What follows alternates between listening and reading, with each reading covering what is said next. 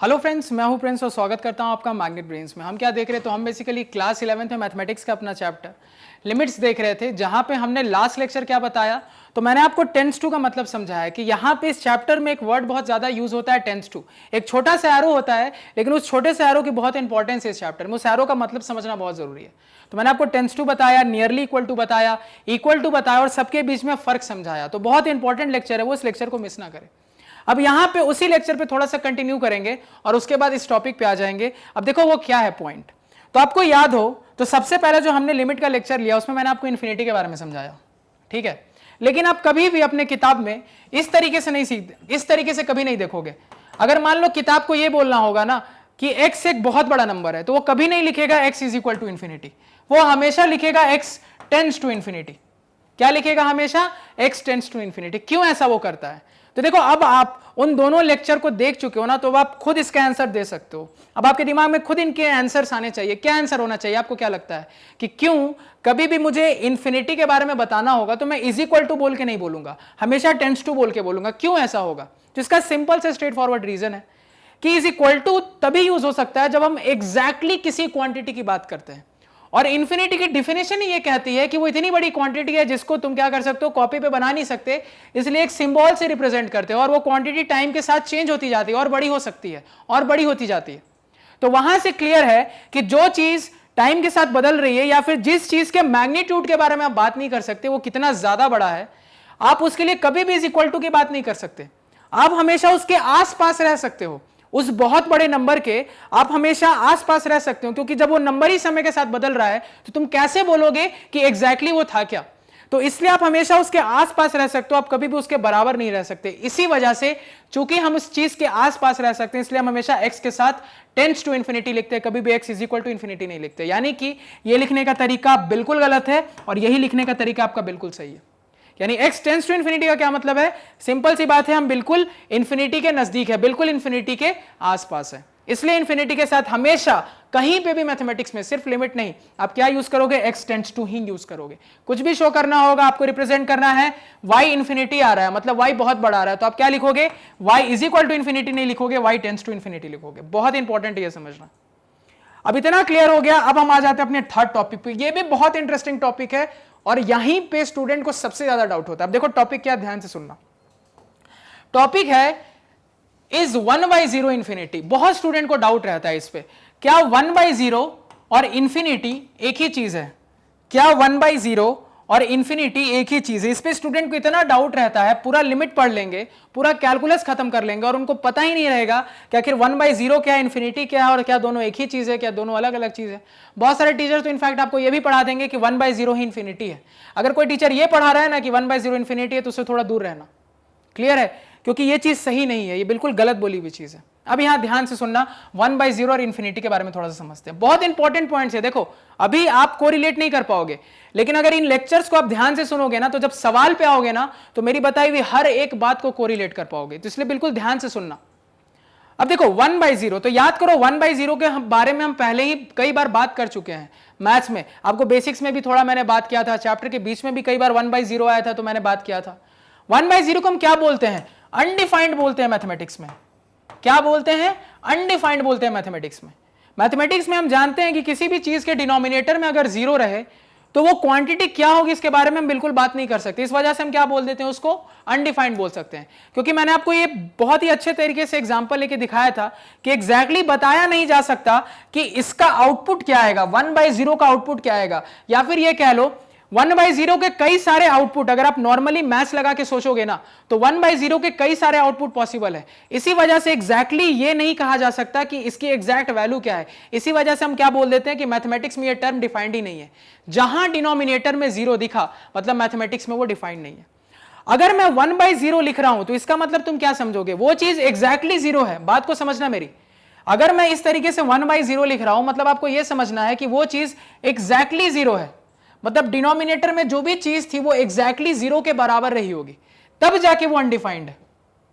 Clear है ये चीज? ये बहुत इंपॉर्टेंट है। अभी जो मैंने कहा कि अगर 1/0 में अनडिफाइंड कह रहा हूं, तो यहां पे मैं एक बहुत इंपॉर्टेंट बात ऐड कर रहा हूं कि मैं आपको कह रहा हूं कि आपका डिनोमिनेटर एग्जैक्टली अगर 0 है तब 1/0 अनडिफाइंड है। मतलब division bye 0 by any number, किसी भी नंबर को अगर आप 0 से डिवाइड करोगे तो वो मैथमेटिक्स में लीगल प्रोसीजर नहीं है, वो डिफाइंड नहीं है, वो बिल्कुल इलीगल है, उस पर आप काम नहीं कर सकते। तो हम जानते हैं 1/0 अनडिफाइंड है, लेकिन सर आप ये बोल रहे हो कि इन्फिनिटी एक बहुत बड़ा नंबर है। तो अगर कोई आपको ये बोल रहा है कि 1/0 इन्फिनिटी है, तो दोनों बातें तो कॉन्ट्राडिक्ट हो गई। एक तरफ मैथमेटिक्स कहता है कि 1/0 डिफाइंड ही नहीं है मैथ्स में, एक तरफ कहते हो इन्फिनिटी बहुत बड़ा नंबर है।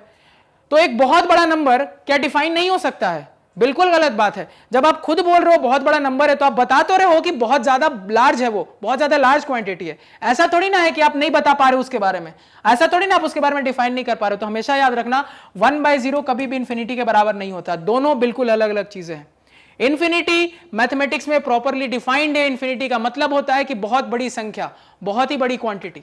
सिंपल, ये हमने अभी फर्स्ट लेक्चर में देखा है कि एक ऐसा वेरिएबल है जो बहुत बड़े क्वांटिटी को रिप्रेजेंट करता है, जबकि 1/0 मैथमेटिक्स में अनडिफाइंड है। क्या है मैथमेटिक्स में? ये अनडिफाइंड है, इसकी वैल्यू डिटरमाइन नहीं की जा सकती, इसी वजह से इसको क्या लिख देते हैं? मैथमेटिक्स में अनडिफाइंड। तो पहले यहां पे इतना क्लियर रहना कि 1/0 क्या होता है? अनडिफाइंड होता है, और इन्फिनिटी बहुत लार्ज क्वांटिटी है, इसी वजह से 1/0 कभी भी इन्फिनिटी के बराबर नहीं होगा। पहले दिमाग में इतना बैठा लेना कि 1/0 और इन्फिनिटी बराबर चीजें बिल्कुल भी नहीं है, इसको साइड में नोट कर लो।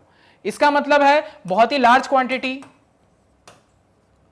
वेरी लार्ज क्वांटिटी, और इसका क्या मतलब है? Undefined in mathematics. सिंपल, पहले इतना नोट डाउन करो। अब यहां पे जो कह रहा हूं ध्यान देना, अब एक यहां पे दूसरी बात ऐड कर रहा हूं। तो आखिर क्यों टीचर 1/0 को इन्फिनिटी बोल देते हैं? क्यों वो ऐसे कंफ्यूजन में रहते हैं, या क्यों कुछ स्टूडेंट्स 1/0 को इन्फिनिटी ध्यान में रखते हैं? देखो प्रॉब्लम कहां आती है, प्रॉब्लम यहां आती है, अब ध्यान से देखना। एक्चुअली में 1/0 प्लस इन्फिनिटी होता है। अब देखो ये मैंने क्या लिख दिया, ध्यान से समझना, याद करो फर्स्ट लेक्चर को। फर्स्ट लेक्चर में मैंने आपको क्या बताया था कि डिनोमिनेटर को मैं छोटा करता जाऊं तो एक ऐसा टाइम आता है जब डिनोमिनेटर इतना छोटा हो जाता है, इतना ज्यादा छोटा हो जाता है कि आपका जो रिजल्ट आने लगता है वो नंबर बहुत ही ज्यादा बड़ा हो जाता है। ये मैंने बोला था, और उसी नंबर को क्या बोल देते हैं? इन्फिनिटी। यानी वो जो नंबर बहुत छोटा है, बहुत छोटा होने का क्या मतलब है? बहुत छोटा होने का मतलब है वो नंबर 0 के बहुत नजदीक है। जो कह रहा हूं बात को समझो, वो नंबर डिनोमिनेटर में बहुत छोटा होता चला जा रहा है। तो छोटा होने का क्या मतलब है? वो नंबर 0 के बहुत नजदीक है। तो अगर 0 के बहुत नजदीक है, तो याद करो मैंने आपको 10 का लेक्चर बताया था, तो कोई चीज अगर 0 के बहुत नजदीक है तो या तो वो 0 से बहुत नजदीक लेकिन 0 से थोड़ा ज्यादा हो सकती है, मतलब 0 के ये बहुत नजदीक है, 0 से थोड़ा ज्यादा है, या तो वो चीज 0 के बहुत नजदीक लेकिन 0 से थोड़ा कम हो सकती है। मतलब 1-2 कदम यहां आगे चले जाओगे तो 0 पे पहुंच जाओगे, यहां पे 1-2 कदम पीछे आओगे तो 0 पे पहुंच जाओगे। तो 0 पे नजदीक का मतलब ये होता है या तो वो 0 प्लस हो सकती है या तो वो 0 माइनस हो सकती है। तो यही जो 0 के नजदीक होता है यही हमें क्या देता है? इन्फिनिटी देता है। क्योंकि हमने फर्स्ट लेक्चर में देखा कि अगर डिनोमिनेटर हम बहुत छोटा करते चले गए थे तो एक ऐसे पॉइंट पे आ गए थे जब हम 0 के बहुत नजदीक थे तो वो हमें इन्फिनिटी देने लगा था। तो बस आपको यही ध्यान रखना है क्या कि 1/0 के नजदीक वाले जो नंबर होंगे ना वही आपको क्या देंगे? इन्फिनिटी देंगे। लेकिन यहां पे एक ट्विस्ट है, क्या ध्यान रखोगे? 0 के नजदीक लेकिन 0 से थोड़ा ज्यादा बहुत बड़ा नंबर मिलेगा, 0 के नजदीक लेकिन 0 से थोड़ा कम तो भी बहुत बड़ा नंबर मिलेगा। लेकिन अगर 0 से नजदीक 0 से थोड़ा ज्यादा है तो वहां पे जो बड़ा नंबर मिलेगा वो आपके नंबर लाइन पे पॉजिटिव डायरेक्शन का होगा। वो क्या मिलेगा? वो जो आपको बहुत बड़ा नंबर देगा वो नंबर लाइन पे इस तरफ देगा, राइट साइड। तो इसी वजह से वो प्लस इन्फिनिटी, या नॉर्मली जिसको हम क्या लिख देते हैं? इन्फिनिटी लिख देते हैं, वो कहलाता है। या तो आप प्लस इन्फिनिटी बोलो या नॉर्मल इन्फिनिटी बोलो, दोनों एक ही बात है। तो कहीं अगर प्लस इन्फिनिटी लिखा है तो इसका क्या मतलब है कि वो जो डिनोमिनेटर में नंबर था ना 0 के बहुत नजदीक, वो 0 से थोड़ा ज्यादा था। क्योंकि वो 0 से थोड़ा ज्यादा था मतलब वो नंबर लाइन पे किस तरफ था? राइट साइड था। इसी वजह से जो हमें बहुत बड़ा नंबर मिलता है वो नंबर लाइन पे राइट साइड मिलता है और वो प्लस इन्फिनिटी होता है। क्लैरिटी? अब इसी पे अगर हम रिवर्स बात करें तो हम फिर से सोच सकते हैं कि अगेन सर ने कहा 0 के नजदीक कोई भी नंबर अगर डिनोमिनेटर में है तो हमें एक बहुत बड़ा नंबर देगा जो इन्फिनिटी होगा।